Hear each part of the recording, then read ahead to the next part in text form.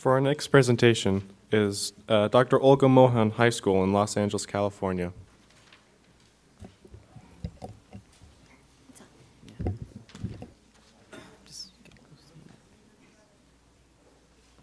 Good afternoon, everyone. My name is Yesley Barrios. And I am Edgar Lopez, and we're from Alliance Dr. Olga Mohan High School. As you can see, our school is located near the convention center, right in the heart of downtown Los Angeles. And today we will be presenting about the roots of all nuclear weapons, the whys and the hows. As we know, the NPT was signed in the year 1968 and put into effect in the year 1970. The NPT's purpose falls on three pillars: non-proliferation, to promote the peaceful use of nuclear energy, and of course, nuclear disarmament. The NPT succeeded in having all of the nuclear weapon states at the time sign this treaty, something that is very difficult to obtain now. Some of the major success of the NPT also includes a massive reduction of nuclear weapons. At its height, there were over 60,000 nuclear weapons. Today, there are still about 15,000. While 15,000 is still far too many, that is progress. The NPT also helped oversee the spread of peaceful nuclear technology that benefits so many people today through clean energy and medical innovations. Lastly, the NPT also prevented the widespread horizontal proliferation of nuclear weapons, the only exceptions being North Korea, Israel, Pakistan, and India. And while it's not great that 4 other countries obtained nuclear weapons after the NPT came into force, let's be honest, it could have been a lot worse. Despite these successes, the NPT had some notable failures as well. As it stands, the NPT has no mechanism to regulate nuclear weapon programs of North Korea, Israel, Pakistan, or India, nor did it punish North Korea for withdrawing from the NPT. Its largest failure, however, has been that despite its 50-year history, it has failed to accomplish total nuclear disarmament as outlined in Article 6. While the NPT was effective back in the year 1968, in this time of political turmoil, the inability to achieve nuclear disarmament has led to global frustrations. To combat these failures, the Treaty on the Prohibition of Nuclear Weapons, otherwise known as the Nuclear Ban Treaty, was passed in 2017 by nations fed up with waiting for the nuclear weapon states to take real action. Many were frustrated and concerned with the NPT's ineffectiveness to achieve nuclear disarmament. Focusing on the humanitarian consequences on nuclear weapons, the global leaders and activists held a United Nations conference to negotiate the first legally binding agreement to further prohibit nuclear weapons. The treaty shows promise and has had many successes. The treaty re-energizes disarmament efforts since the NPT has failed to realize global nuclear disarmament, as stated in Article 6. Leaders from across the world, like Miss Alumna and Costa Rican Ambassador Elaine White Gomez, have been compelled to act and ensure that these terrible weapons are never used again. But as successful as the nuclear ban treaty was in refocusing global efforts on disarmament, it was rushed. It only took 4 weeks, an unprecedented pace, to make such an important treaty. One of the main problems that has to be addressed in order for this treaty to be effective is the safeguard system. One of the weaknesses from this current system is that if the states possess nuclear weapons and sign the treaty, they are not required to implement the safeguard system immediately. These states are permitted to establish the safeguard system after they have eliminated their nuclear arsenals. The problem with this is that during this time, states can produce more nuclear weapons while eliminating its current ones. In addition, the states can also choose to dismantle its nuclear weapons before joining the treaty, and then offer verification. But this process can be time-consuming, leading to greater uncertainty. But the biggest problem is that zero of the nuclear weapon states have signed this treaty, something that unfortunately makes this treaty pointless unless the nuclear weapon states themselves agree to sign this treaty. So there's a choice for us to make here. It's either we end nuclear weapons or we end us. So tell me, Yesley, what will you choose? Well, I would obviously choose to end nuclear weapons. What does everyone think? Would you rather end nuclear weapons or end us?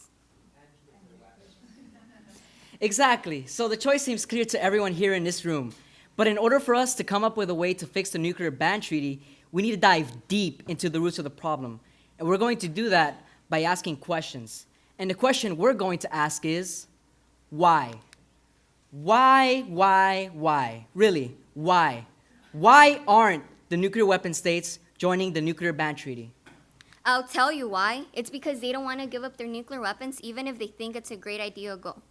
Even though President Barack Obama pledged that the U.S. would commit to nuclear disarmament, the current Trump administration nuclear posture review suggests a $1.2 trillion modernization budget for America's nuclear weapons, meaning that the U.S. is not giving up their nuclear weapons. And while North Korea has promised in the past to stop their nuclear testing and missile launches, they have repeatedly broken their promise and pursued nuclear-tipped intercontinental ballistic missiles. And while the Russian Federation committed to the bilateral disarmament through the New START Treaty, President Putin's announcement of a massive modernization of their own nuclear arsenal has also suggested that they too do not want to truly give up their nuclear weapons. But now, Edgar, I have a question for you. Why? Why don't the nuclear weapon states want to give up their nuclear weapons? Now that's a great question. Well, Yesley, it's because the nuclear weapon states believe that nuclear weapons are a necessary deterrent. This idea came into light following the Cold War, a period of ideological conflict between the US and the Soviet Union. Both of these countries entered a nuclear arms race to hold dominance in the event of nuclear war. These two countries used nuclear weapons as a form of defense to throw each other off from attack. And since no nuclear missile was ever launched within this period, the theory grew popularity. Since then, the two powerful countries have acknowledged each other as a formidable adversary and have been competing against each other for power still to this day. The US and Russia have had tense relations, and their nuclear weapons remain in their arsenal to deter each other. As for the relationship between North Korea and the U.S., they have been holding on to their nuclear weapons because of their negative relations with the U.S. North Korea and the U.S. were at war against each other in the 1950s, which ultimately shaped the hate that North Korea holds for the U.S. The war paused with an armistice in 1953 instead, and is still to a point of conflict today. South Korea and the U.S. have remained allies, and their armies have been joined on the peninsula. The South Korean forces have undergone drills of invasion, which ultimately terrifies North Korea for having a war-prepped neighbor. So, the countries need nuclear weapons to defend themselves. But I don't think we are at the root of the problem yet. So, the question we have to keep asking ourselves is, why? Why do the nuclear weapon states believe that nuclear weapons are a necessary deterrent? Well, Edgar, that's because they don't trust each other. One example as to why we do not trust each other is because of the ongoing allegations that the Russian Federation interfered in the 2016 U.S. presidential election via hacking. The U.S. does not trust Russia because in September of 2015, the FBI contacted the Democratic National Committee's help desk, cautioning the IT department that at least one computer has been compromised by Russian hackers. Then later in that same year, in November, the FBI reached out to the DNC again, warning them that one of their computers is transmitting information back to Russia. And just this week, it was revealed that the DNC hacker Jucifer 2.0 is very likely a Russian intelligence operative. You're right, Yesley. And on the other side, Russia is worried about the U.S.'s missile shield. Russia is worried that the U.S. is capable of shooting down any intercontinental missile, leaving them vulnerable. Because of this, they are modernizing their weapons to be able to break through their nuclear umbrella. Putin stated that the new nuclear weapons were meant to counter the missile defenses, which have steadily expanded since the George W. Bush administration withdrew the United States from the 1972 Anti-Ballistic Missile Treaty in 2002. As for North Korea, they have every reason not to trust the U.S. After repeated threats of fire and fury from our current President Trump via Twitter. I mean, look at these tweets. That's our president. That's our commander-in-chief. That's the guy with his finger over the nuclear button who wouldn't be scared. And it's not like North Korea has not antagonized the U.S. North Korea has also threatened to reduce the U.S. to ashes and darkness, both through their propaganda media outlets and through their missile tests. So, Yesley, after looking at all of this, now I want to ask you, why? Why do you think the nuclear weapon states don't trust each other? Well, Edgar, it's ultimately because of fear. The fear that every country faces. The fear that every person and every leader experiences. For example, The U.S. is afraid of losing their influence over the world as the #1 global superpower. They are afraid of the decline of American hegemony. As for North Korea, a member of the so-called Axis of Evil, they are obviously afraid of being overrun and destroyed, a fate similar to Iraq. And Russia is afraid of losing their relevance in a world becoming more and more influenced by Western powers. So I think we can agree that by asking why, we now know that the root of all nuclear weapons is fear. Now that we know this, we can take this knowledge and turn it into action. Okay, I have a new question we can ask, and that question is how? How do we get nuclear weapon states to join the nuclear ban treaty? Simple. We just have to overcome fear. Fear of getting attacked. Fear of losing influence or falling into the dustbin of history. Okay, sure, but how? How do we get the nuclear weapon states to overcome their fears? We can do this by promoting trust within the countries. In order to do so, all political turmoil must cease to exist. Something that is very much achievable today is the unification of Korea. Through advocating for the unity of Korea, there will be fewer conflicts in the air between Kim Jong-un and President Donald Trump.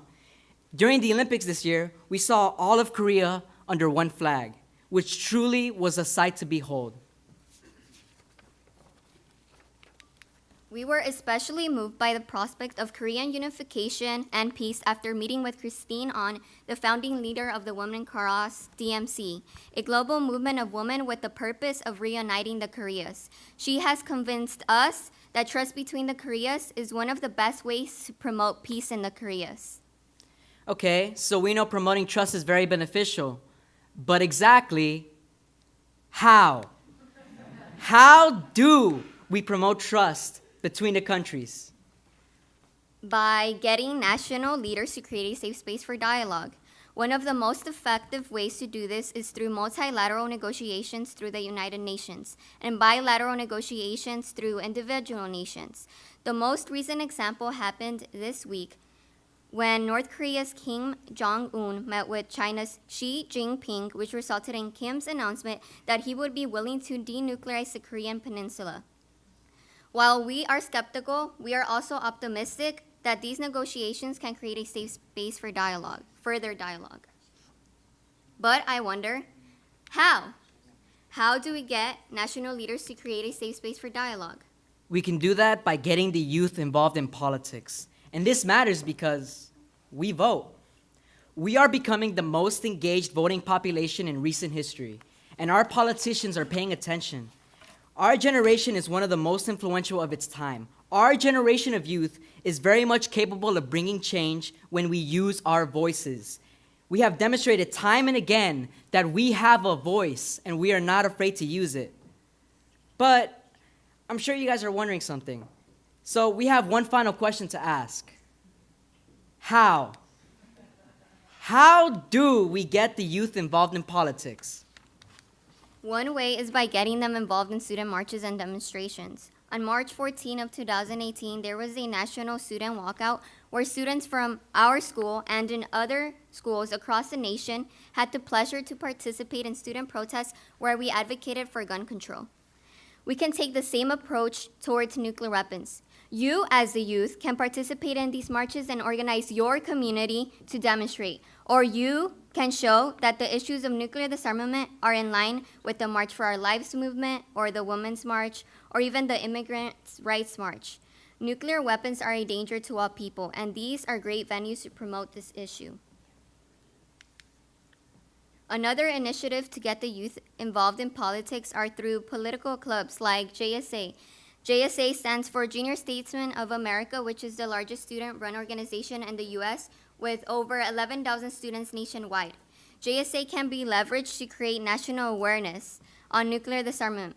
And JSA also has a Fight Apathy campaign where students are given the opportunity to write in what they believe in. So you can start a club like that at your school. We can also bring change within our nation through starting small.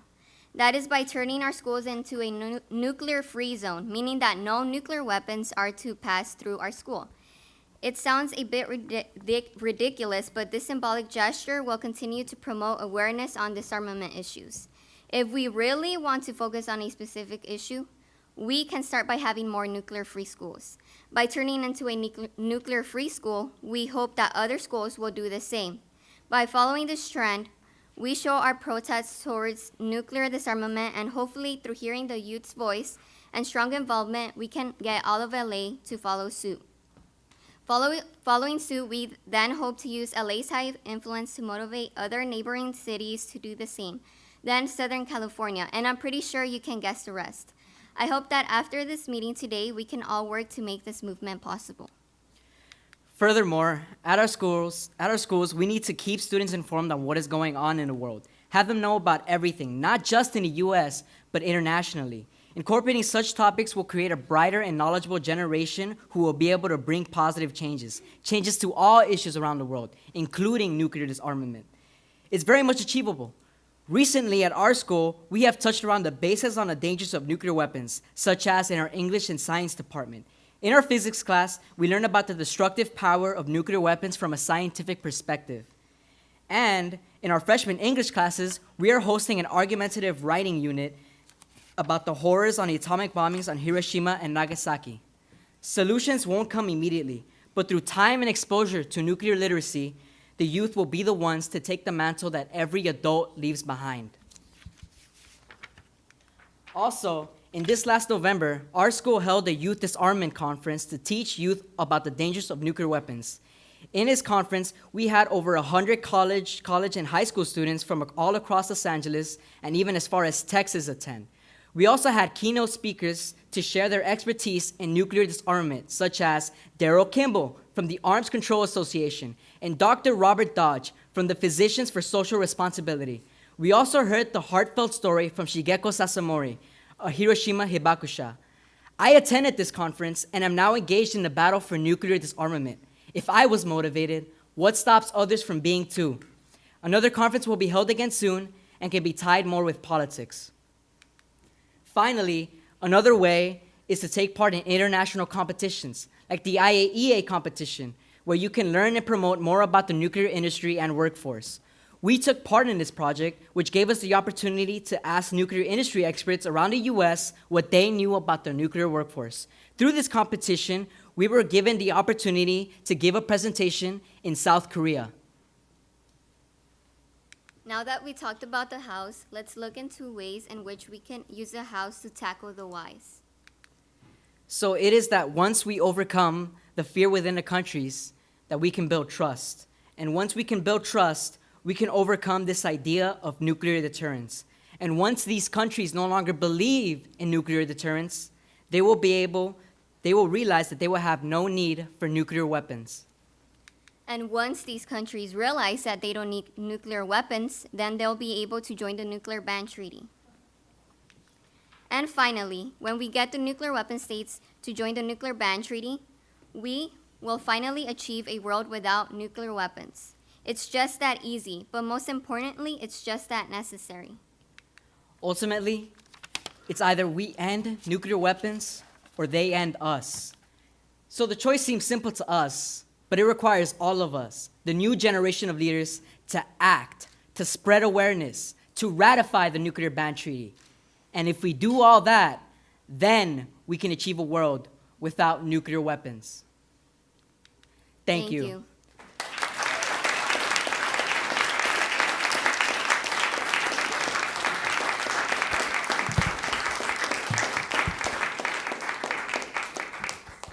Before we move on to questions, we'd like to let you guys know if you guys would like to know more about our student curriculum or nuclear-free schools, or even like to buy any of our merch, or even follow us on our trip through South Korea, you can visit our website at www.nuclearfreeschools.com. So, does anyone have any questions? Take your time.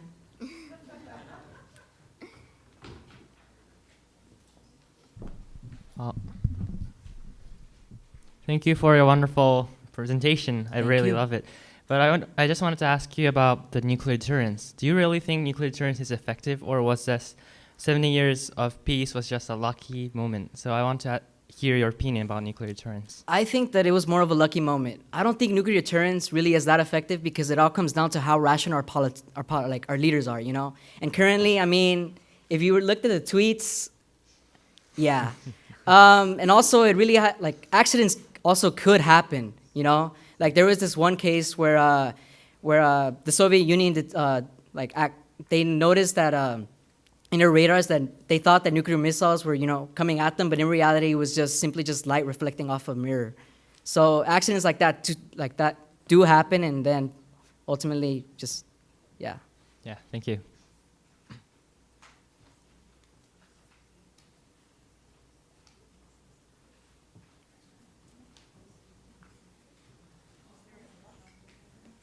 Okay, first of all, thank you for your presentation. I liked it. How? Yeah, and so my question is, how can Japan be more brave and join the movement for the abolition of nuclear weapons? Well, what you guys could do is you could go ahead and try to make your school a nuclear-free zone, right? So that's one thing you could do. You could also incorporate clubs such as JSA. I heard I was talking to some people around here, and they were saying that there's a club similar to JSA. I forgot the name of it. I'm really sorry to the people who told me about it. But yeah. Huh? Model U Nations. I think that's what it is. Yeah. Model United Nations, yeah. That's you guys can incorporate those clubs in your school. Basically, just become more incorporated in politics and take advantage of, you know, the democracy. So. Thank you. No problem. Just make a comment. Congratulations on being accepted to the conference in South Korea. That's wonderful. Thank you so much. Andrew, that's in May. Yeah. Safe travels. Good luck. Thank Thank you. you.